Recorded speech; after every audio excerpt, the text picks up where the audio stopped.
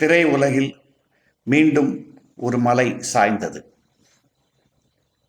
விஜயகாந்த் என்னும் உச்சத்தை தொட்ட ஒரு மலை, இதயம் உள்ள ஒரு மலை,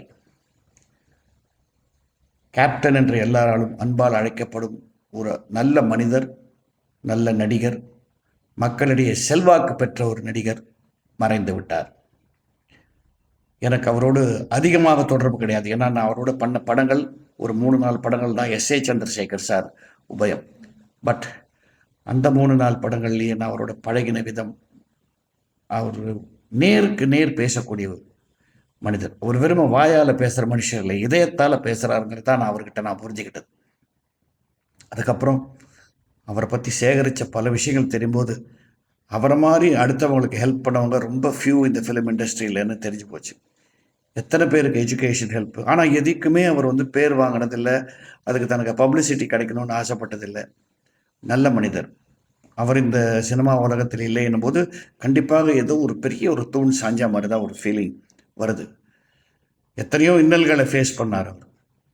அவர் மண்டபத்துக்கு வந்த இன்னல்கள், அப்புறம் அரசியலில் அவர் ஃபேஸ் பண்ண எதிர்ப்புகள் எல்லாத்தையும் மீறி அந்த கட்சியில் என்ன ஒரு செல்வாக்கோடு இருந்தார். இன்றும் மக்கள் மனதிலே அவர் இருக்கிறார். அவர் ஒரு இடத்தை பிடித்திருக்கிறார். தமிழ் சினிமா வரலாறிலே கண்டிப்பாக பேசப்படும் ஒரு ஃபிகராகத்தான் விஜயகாந்த் விளங்குவார். அவர் குடும்பத்துக்கும் மனைவிக்கும் என்னுடைய ஆழ்ந்த இரங்கல். இந்த இதயத்தை விட்டு, இந்த உலகத்தை விட்டு இன்னும் ஒரு நல்ல மனுஷன் பிரிஞ்சு போயிட்டாரே அப்படிங்கிறது தான் நமக்கு கவலையாக இருக்கே தவிர, அவருக்கு அது ஒரு ரிலீஃபாக தான் இருக்கும் அவர் உடல் உபாதைகளை நினைக்கும் போது.